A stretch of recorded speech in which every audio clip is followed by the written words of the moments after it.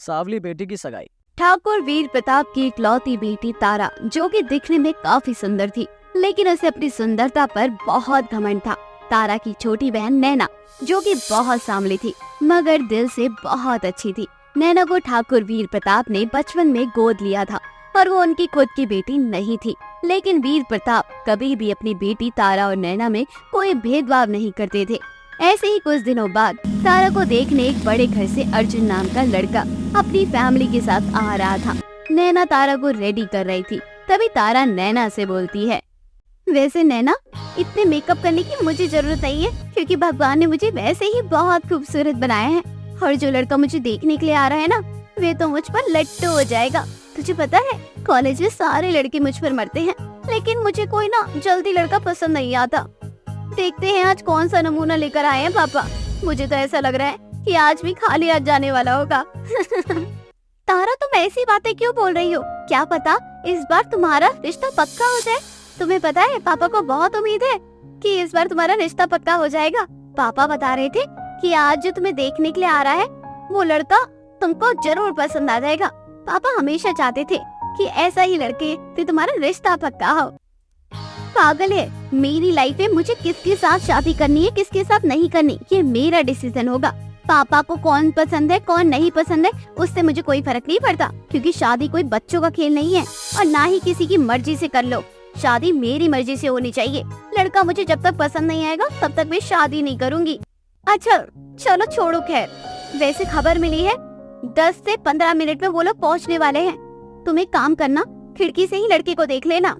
हाँ और क्या, तुझे क्या लगता है मैं उसे बिना देखे चली जाऊंगी? मैं पहले ही उसे ऊपर से देखूंगी, उसके बाद देखा जाएगा करना क्या है। ऐसे ही थोड़ी देर बाद अर्जुन अपनी फैमिली के साथ तारा के घर आ जाता है। तारा खिड़की से अर्जुन को देखती है। तारा को अर्जुन बिल्कुल भी पसंद नहीं आता, क्योंकि अर्जुन बिल्कुल शांत स्वभाव और साधारण लड़का था। तारा अर्जुन को देखकर अजीब सा मुंह बनाती है और कमरे में आकर अपने हाथ से चूड़ियां और कान के झुमके उतारने लगती है।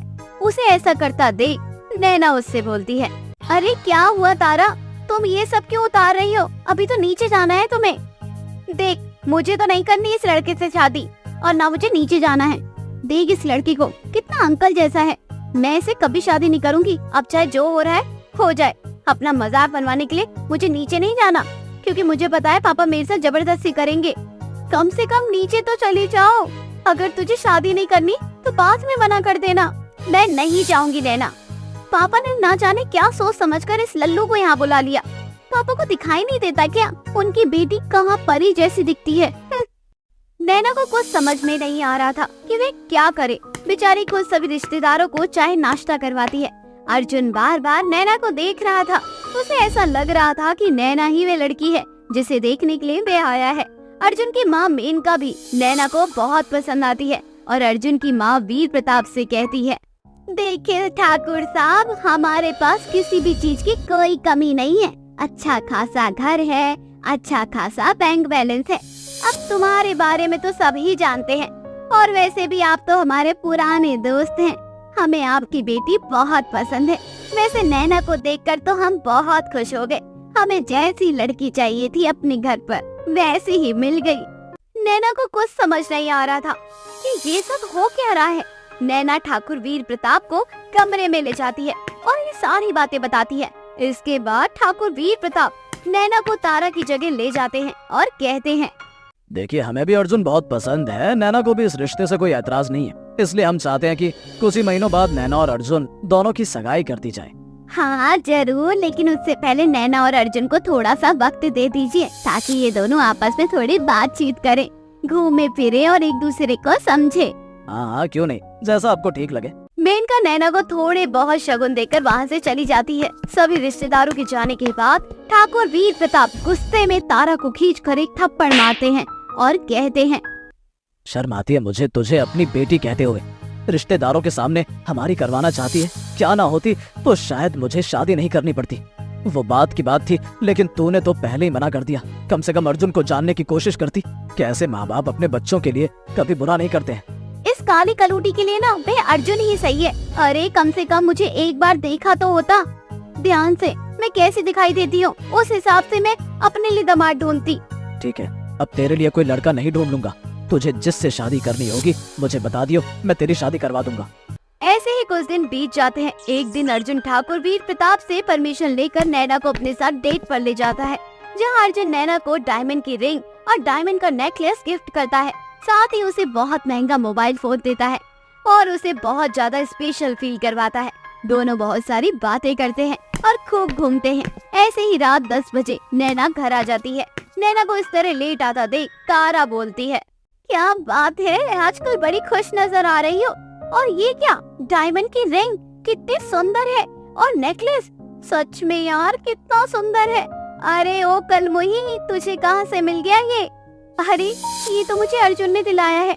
आज हमारी पहली डेट थी। उन्होंने मुझे कहा है कि हमारी पहली डेट पर वे मुझे कुछ स्पेशल सा गिफ्ट देना चाहते हैं। उन्हें कुछ समझ में नहीं आ रहा था, तो उन्होंने मुझे एक छोटा सा गिफ्ट दिला दिया। बाकी ये बहुत महंगा है। मैंने उन्हें मना किया, लेकिन उन्होंने कहा कि मेरे लिए कोई बड़ी बात नहीं है, बस उन्हें एक अच्छा सा लाइफ पार्टनर चाहिए था, जो कि मैं उन्हें मिल गई, ऐसा उन्होंने कहा।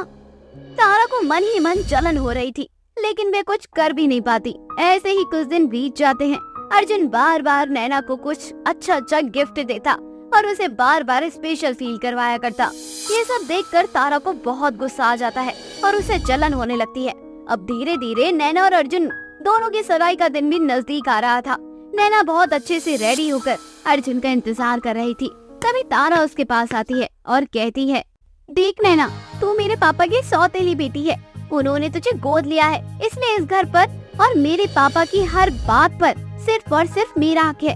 पापा ही मेरे लिए अभी ये रिश्ता लेकर आए थे। मैंने उस रिश्ते के लिए मना किया है, ये मेरी चॉइस थी। अब मैं इस रिश्ते के लिए हाँ कर रही हूँ, ये मेरी चॉइस है। तो अर्जुन की सगाई मुझसे होगी आज, ओके? इसलिए तो यहाँ से तू भाग जा। मैं सबको बोल दूंगी कि तू अपनी किसी आशिक के साथ भाग गई और मुझे मजबूरी में यहाँ सगाई करनी पड़ी। तारा तो कितनी बुरी है, पर इतना घटिया सोच सकती है तो मुझे ये कभी भी नहीं पता था। तुझे जो करना है कर, लेकिन मैं अपने पापा की बेइज्जती इस तरह होते हुए नहीं देख सकती।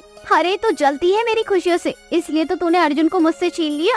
तभी वहाँ पर वीर प्रताप आते हैं। वीर प्रताप तारा को खींचकर थप्पड़ मारते हैं और कहते हैं, मुझे शर्म आती है तुझे अपनी बेटी कहते हुए। तूने उस समय मेरी इज्जत की कोई परवाह नहीं की।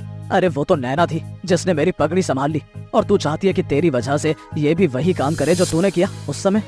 एक बात और, तेरा मेरा रिश्ता खत्म। जब तक तुझे तेरी गलतियां महसूस नहीं होंगी तब तक मैं तुझसे कभी बात नहीं करूंगा। थोड़ी देर बाद अर्जुन अपनी फैमिली के साथ नैना से सगाई करने के लिए आ जाता है। धूमधाम से नैना और अर्जुन दोनों की सगाई हो जाती है। रामपुर नाम के एक गांव में सुनसान रास्ते पर एक औरत जिसके खुले लंबे बाल होते हैं, वो अपनी टोकरी में कुछ मछलियां भरकर अपने सर पर रखकर गांव के अंदर जाती है। परंतु गांव के सभी लोग उस मछुआरन को देखकर तुरंत अपने अपने घर की खिड़की और दरवाजे बंद कर लेते हैं। ऐसे ही एक घर में रघु नाम का एक छोटा सा बच्चा होता है। जब वो मछली वाली को देखता है तो अपनी माँ से जिद करता है, माँ मछली ले लो ना, कितना टाइम हो गया मछली खाए। नहीं बेटा, हम इस औरत की मछली नहीं ले सकते। पर क्यों माँ? क्योंकि बेटा ये मछली वाली चुड़ैल है। रघु की माँ रघु को समझा ही रही होती है कि तभी सभी गांव वालों को उस चुड़ैल की जोर जोर से हंसने की आवाज आती है। वो डरावनी हंसी सुनकर रघु बहुत डर जाता है और बिस्तर के अंदर जाकर सो जाता है।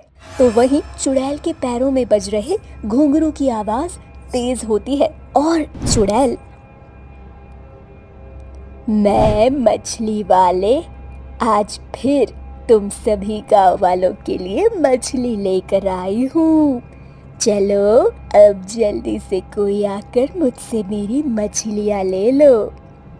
इस तरह से बार बार चुड़ैल लोगों को मछली लेने के लिए बोल रही होती है, परंतु कोई भी अपने घरों से बाहर नहीं निकलता। जिसके बाद चुड़ैल बोलती है, अच्छा तो आज कोई मुझसे मछलियाँ नहीं लेगा, पर मैं तो ये मछलियाँ तुम गांव वालों को देकर ही जाऊंगी। देखती हूँ मैं भी आखिर कौन मुझसे ये मछलियाँ नहीं लेता।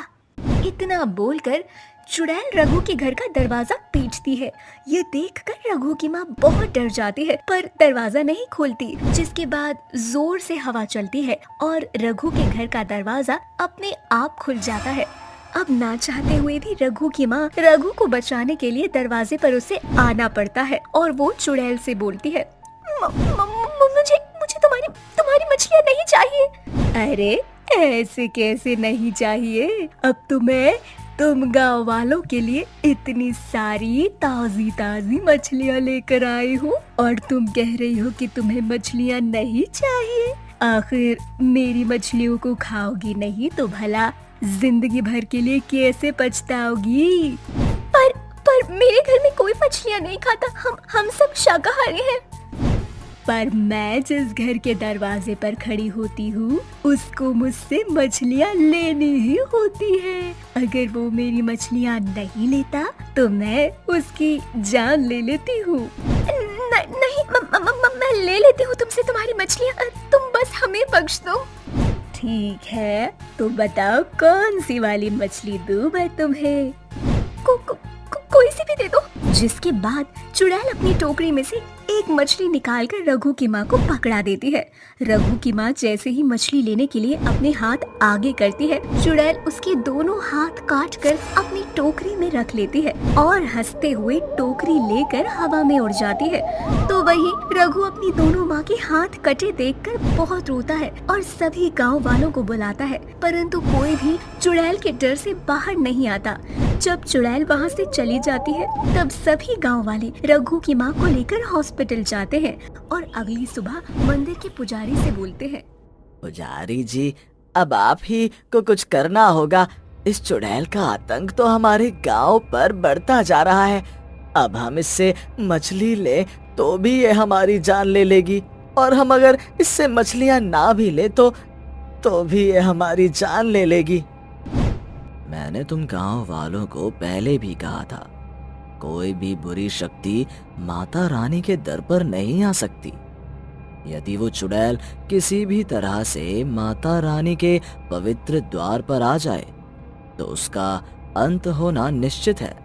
बस तुम गांव वाले किसी भी तरह से उस चुड़ैल को माता रानी के दर पर ले आओ।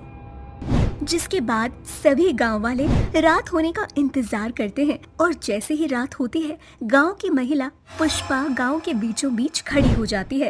अब हमेशा की तरह चुड़ैल मछली लेकर गांव में आती है और पुष्पा को देखकर बड़ी खुश हो जाती है। जिसके बाद पुष्पा चुड़ैल को देखकर बोलती है, आज मैं तुम्हारी सारी मछलियाँ ले लूंगी, अपनी मछलियाँ लेकर मेरे पीछे आ जाओ। अभी आती हूँ। चुड़ैल पुष्पा के पास जाने लगती है। ये सब देखकर पुष्पा वहाँ से भागने लगती है। पुष्पा को भागता देख चुड़ैल अपनी मछलियाँ लेकर पुष्पा के पीछे जाती है और इसी तरह से पुष्पा हिम्मत करके भागते भागते चुड़ैल को मंदिर के दरवाजे पर ले आती है। जिसके बाद चुड़ैल पुष्पा से बोलती है, खुद बुलाकर खुद ही भाग रही थी तो खुद को बहुत ज्यादा तेज समझती है। अब तो मैं तेरी जान ही लेकर जाऊंगी क्योंकि तूने मुझे बहुत भगाया।